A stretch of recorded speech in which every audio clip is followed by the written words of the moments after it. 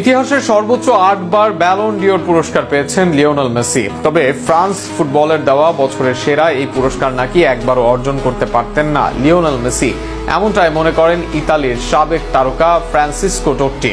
তবে সেখানে টোট্টি জুড়ে দিলেন এক শর্ত, যে শর্তে মেসির ক্যারিয়ার আবদ্ধ থাকলে মেসি একটিও ব্যালন ডিওর পেতেন না।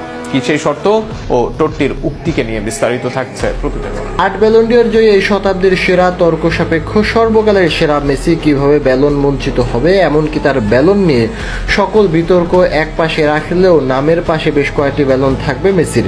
তবে কোন শর্তে ব্যালন ডিওরই অর্জন করবেন না মেসি? মেসি ব্যালন ডিওর অর্জনই করতেন না যদি তিনি তার ক্যারিয়ারের পুরোটা সময় রোমায় খেলতেন। ইতালিতে দীর্ঘ সময় খেলে ব্যালন জয় সম্ভব নয় বলে জানান টোট্টি। স্পেনের ক্লাব ফুটবল ব্যালন জয়ে ভূমিকা রাখে বলে মত এই ইতালিয়ান বিশ্বকাপ জয়ী তারকার। ভিভা এল ফুটবলের পডকাস্টে এমনটাই জানান টোট্টি। টোট্টি বলেন, মেসি যদি আমার মতো রোমায় 25 বছর খেলতেন তাহলে কয়টা ব্যালন ডিওর পেতেন? আমি বলবো একটিও না। ইতালিতে লম্বা সময় খেললে আমি নিশ্চিত তার ব্যালন ডিওর পাওয়া হতো না। নিজের ক্যারিয়ারে রিয়াল মাদ্রিদে খেলার প্রস্তাব পেয়েছিলেন টোট্টি, তবে সে প্রস্তাব ফিরিয়ে দেন তিনি। রোমার হয়ে 785 ম্যাচে 307 গোল ও 205 অ্যাসিস্ট করেছেন এই তারকা।